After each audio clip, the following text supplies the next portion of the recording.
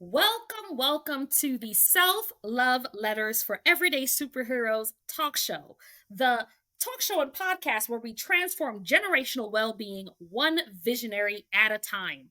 I am your host, Sacred Walker, also known as the Everyday Superheroes Academy Chief Medical Officer and Limitless Leaders Group Coach. Today, I'm joined by an incredible guest. I'm so excited to have Michele Johnson on the show. Michelle's going to talk today in conversation with me about how burnout can make your chronic stress worse and what people say you can't do about it. Today, y'all, we're going to be breaking some generational curses, honey, one step at a time. So, without further ado, please give a round of applause and welcome Michele Johnson, Stress Strategist, to our show.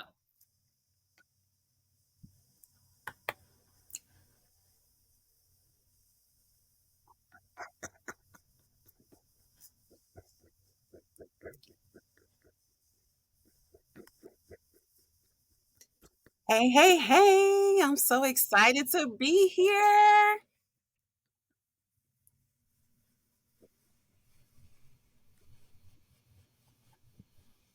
Beautiful. All right.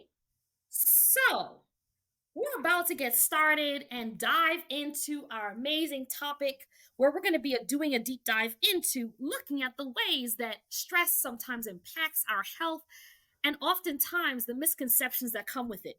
But Michele, before we get started, I want to just welcome you to the show and thank you so much for joining us today.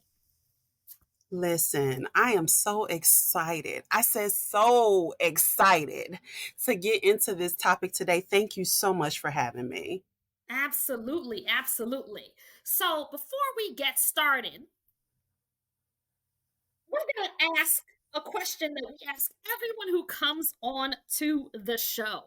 Because we know that as an everyday superhero, you had to come over some stuff to Come get on. to. Don't have me double clap up in here.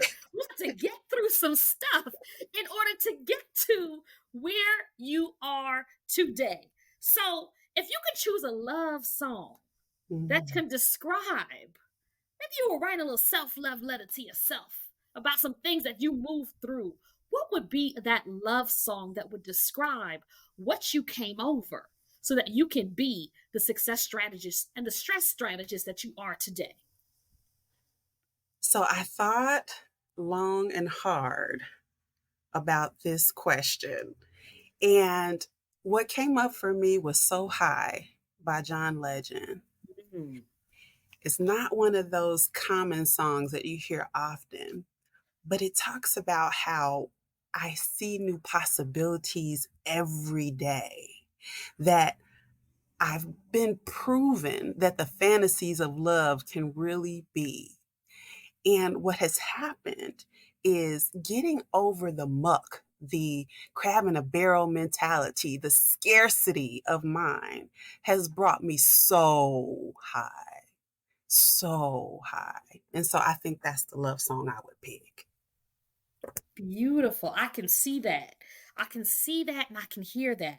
And so just being with that story, the one that comes to mind for me is The Greatest Love of All by Whitney Houston. That Yes. it's like, oh my gosh, like the greatest love of all is you. Kind of hearing that sung into my spirit on the record player when I was a young girl and how much that seed really helped me move through some challenges. So we here are knowing that we have been through some stuff.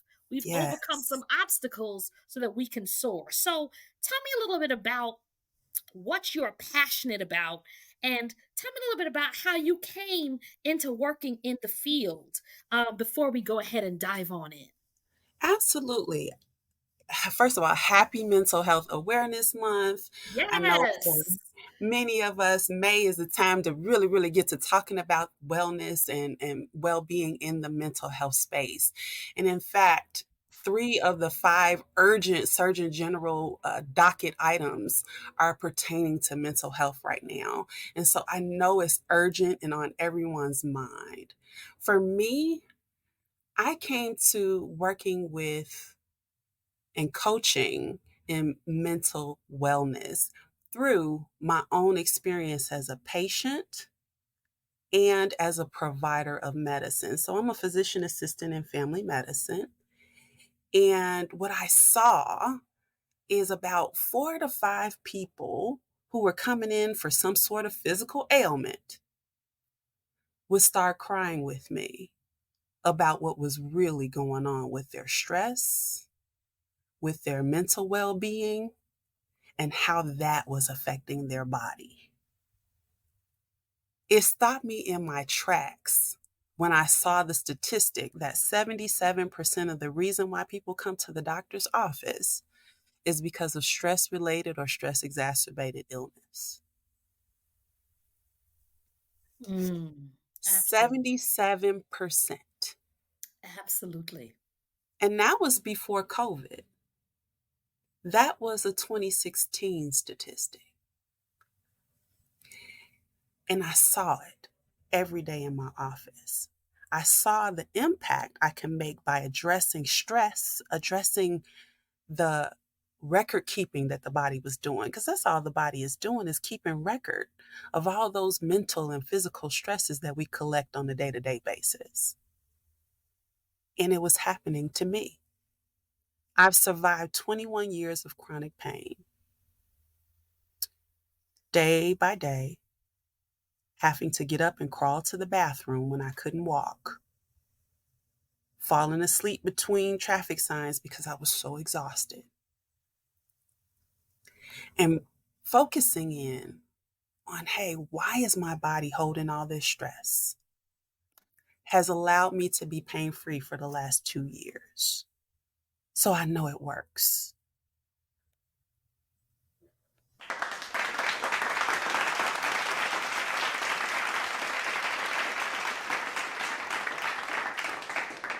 Absolutely. And for those who are tuning in, we're remembering that these are educational tools and tips that we're going to be going into about what has worked for Michele in her role, what's worked for us here, at the Self Love for Everyday Superheroes show and Self Love Letters for Everyday Superheroes talk show. We're going to be doing a deeper dive into these personal stories, right? But just knowing that each of your personal experiences are so important. So comment Mhm. below, tune in, and let us know how you can relate to what is arising and make sure that you subscribe. So, as you're speaking, and as someone who, we come into this from different backgrounds and experiences with a commitment to ending here, stress related illnesses and what can be such a vision stopper for so many Mhm. everyday superheroes. And as someone who moved through chronic pain in your body and held that, what is a common misconception people have about chronic pain, specifically when it comes to work? Because so many times people come into work feeling like Mhm. they need to push through, power through, and taking a mental health day is something that has a loaded connotation. And so, can you speak into in your work when you were either holding space for your patients or your clients or your corporate clients, or just even in your own path? What are some of the misconceptions you've heard about stress related illnesses and the impact of chronic pain? One of the biggest misconceptions that I hear, especially from my highly driven professionals and CEOs and leaders, is that they think that stress is good, that a certain amount of stress provides the edge that they need to be able to do the things that they plan to do. And I say it's a misconception because there are so many articles and people out here talking about good stress, and I think it's a misnomer. There is good tension, good resistance, good drive, but stress collects in the body, it collects in the mind, and eventually will break down either the body or the mind. Now, that misconception that, oh, I'm getting a higher edge. Did you know that there is a way to do things with ease and flow, that you don't have to create this whirlwind of danger for your body and mind in order to be creative, in order to be innovative. It actually stunts it. And so I would say that would be the biggest misconception I hear. The other one I hear often is that I have to control and plan everything in my life. A whole lie. A whole lie. You do not have to plan everything out to the umpteenth degree. What that really is a hypervigilance. It is I'm going to plan for every mistake possible because I don't believe that the good thing will happen to me. I'm just going to call it like I see it.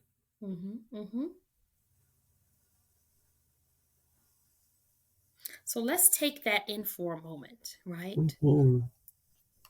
What happens when we're moving in the world as if we're waiting for the shoe to drop? Because there are many things that are happening all over the world right now that Right. make this world so unpredictable. So unpredictable.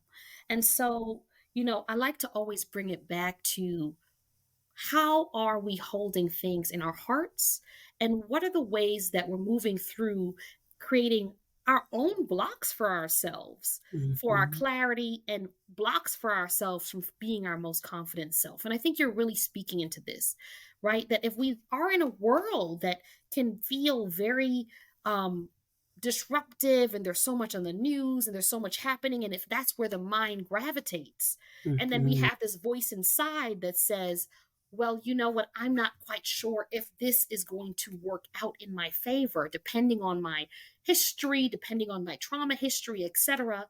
Right? We need to think about all of those things. Then there might be, if we're not careful, choices being made to create unnecessary, overwhelming, overloaded levels of stress in our lives to reinforce the message that if I don't control everything, things outside of my control are going to go wrong. Mm. Now, here's where we get to have the aha, right? Here we get to have the aha. On the other side of that, on the other side of what I'm hearing, which is we recently did a podcast topic on like what happens when you have a crisis of faith. It sounds like you're talking about not only reducing stress, but from an interfaith perspective, how do you begin to have faith in yourself? How do you begin to Mm. have faith in the moments that you don't control working out for your highest good, even when you can't see it, right? There's something there to this. So Absolutely. let's have a discussion now about something that you've seen, a challenge that you've seen, where you feel like you have been able to find some pathway to that, some pathway that doesn't mean I need to control everything in order to see if I can control the result. What is a pathway or a solution for people who are feeling like they might be on the edge of burnout, or they Mhm. don't even know if they are on the edge of burnout? And right now, the only thing that they can feel works for them is creating extensive to-do lists that leave them feeling controlled. What is an alternative to this? You know, there are so many ways to heaven, is what one of my teachers used to tell me. That so many times I hear experts, gurus give their opinion or their way of doing things or their way out of something that doesn't necessarily fit a one size fit all. So, what I tell my clients is that remember, you are uniquely and wonderfully made, that there is a spirit having a human experience. That if we can just tune in to the higher you, if we can tune in to what is it that you really desire without the distraction of what everyone else says you should be doing, we can really find answers that you cannot think your way into. Let me say that again. You cannot think your way out of stress and control. You cannot think your way out of the o- overwhelming amount of stimulation that we get. It has to be a more spiritual conversation. Now, for some of us, tuning in is meditation. Some of us have the ability to clear our minds and go within in that way. For some of us, it is getting out in nature, communing with the rest of the bigness of the world, the rest of creation. Did you know that listening to the sound of birds can actually cure depression for 8 hours? I mention that because sometimes it's, well, Michelle, I can't sit and meditate. Well, maybe you need a walk outside. For me, a lot of the mental fitness techniques that I do are really tuning into the body and the five senses. So, tuning in may be I can feel my feet on the floor, that I'm grounding into where I am, that I'm remembering where I am. And just having that brief pause actually starts to change the circuitry in our brain. It starts to wire it towards a more positive and creative space. And it frees up the clutter, the voices of doubt, the voices of everyone else's opinion, and allows you to see for truth, what is my next step? I've never been so creative or exploratory in my life as when I tuned in to my five senses. And so I bring that to clients and to my patients because it's something all of us can do and kind of relate to. Our touch, our sense of smell, our sense of hearing, like I mentioned with the birds. Tuning in creates the space to not have so much control on what's without. Absolutely. Absolutely. And ironically, what you're speaking into is the more that I can tune in and feel like, okay, I'm not trying to control what is without, the more I can feel more centered and hence in control, right? Mm-hmm, Because that's the thing. The inner spiral has a saying that everything on the outside needs to be attended to right away. And I'm taking in mm-hmm, everything externally versus sensing and tuning in within. There's a really beautiful gift that I have from those who tune into the show know that I love animals. And so you speaking about the power of birds touches my heart.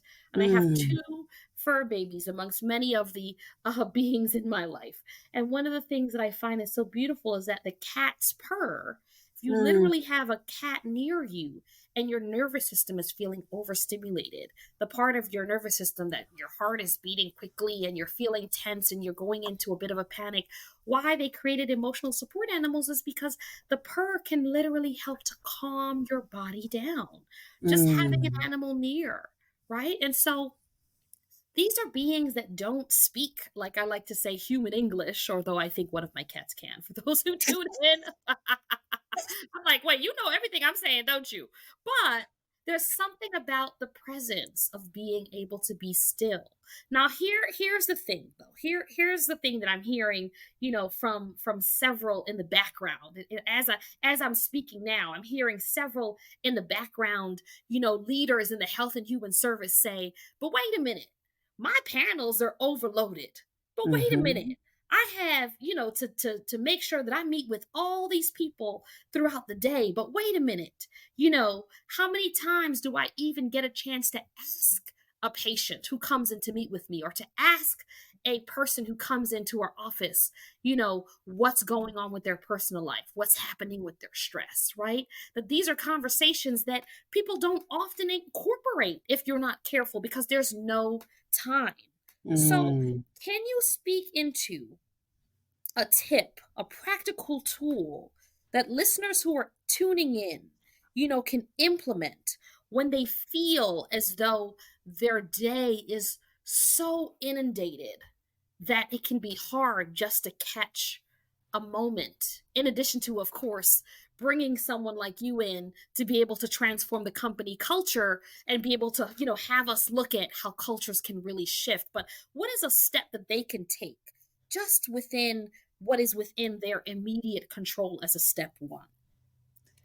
What I love about that question is we all have a different day, right?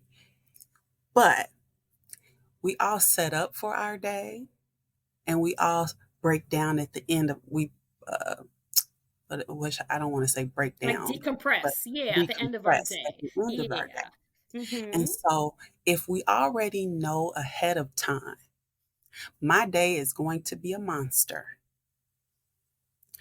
What I do is I incorporate 1 to 2 minute breaks where I get a chance to actually tune in. So, for example, at the beginning of my day, say I'm going to have a heavy patient load and I got clients back to back. I will start my day by owning the morning. I own the time before I start my day, right? So I do 10 minutes of yoga. That gets me into my body and my breathing for 10 minutes. They have videos on YouTube. They even have like 5 or 8 minutes of yoga, of movement, if you like to get into your body. For some people, I need to take a quick walk. When I tell you, you go to the bathroom, how many times a day do you have to get up and go to the bathroom? Especially if you're drinking coffee or water at your desk or at your station or wherever you are, you have to go to the bathroom throughout the day. So, what I tell people is every time you go to the restroom, feel your feet walking against the floor. Feel the water as you wash your hands. Paying attention to what you feel. Tuning in just those moments. It's a reset. So if you tie it to something that you're doing, that you know you're going to have to do, like going to the restroom, or I know I'm going to have patients back to back to back. So at the first minute of each patient before I call someone in, I'm going to take some time to do 6 deep breaths. I'm going to take some time to turn on my YouTube and listen to bird songs because it doesn't even have to be a real bird, y'all. It could just be sounds of the bird that really bring down depression. There's a study on that. And taking those moments helps you not only to decompress in the moment, but it sets you up for success with that next person you're going to talk to. And why is that so important? When you have breathed and paid attention to your hands or listened to the birds or took some time to ground your feet, you show up different. There are these things called mirror neurons that people match your energy. You know it's true. You've walked into the room with someone and you could feel the stress off of them. You could feel the anxiety off of them. And then you've walked in the room with someone, you're like, oh my goodness, what a joyous person. It's infectious. And so not only are you helping yourself, but you're helping your interaction with those mirror neurons for that person not to be as angry as they were when they walked in the room or as stressed as they were when they walked in the room so that they don't infect you back.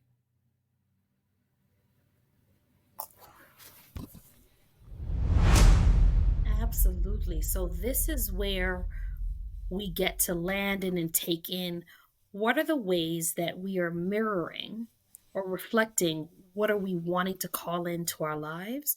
How is our Mm, energy when we say, oh my goodness, I feel like I keep attracting X, Y, and Z? How is our energy putting things out based on our vibration, right? And how can we really create ways to tune in so that we can land on in?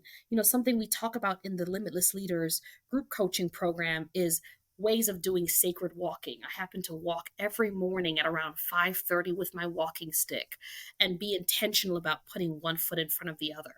And so when you call in the place of being able to land, whether you're in an inner city, right?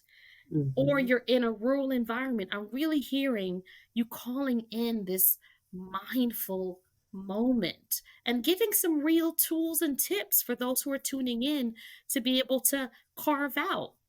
So, for those who are tuning in, when we say, I don't have the time, Mm. we're hearing there are moments where we can give ourselves an extra breath, right?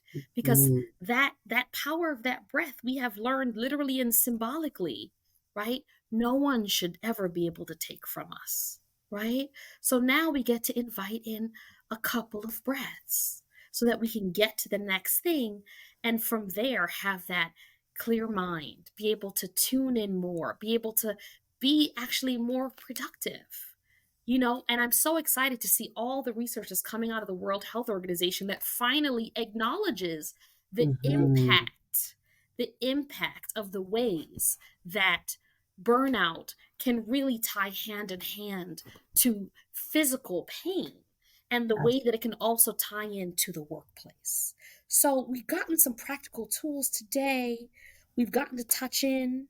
And so, as we come to our time, I want to ask if you can leave us with, you know, if you were to say, okay, I'm hearing this, I want to be able to land on this, how can people who are tuning in, listeners, learn more about your work?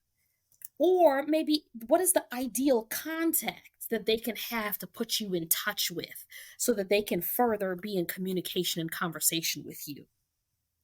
Absolutely. As a stress strategist, I really focus on the bounce back. The bounce back. We are not out here just surviving and making it through and muddling through our burnout or our stress.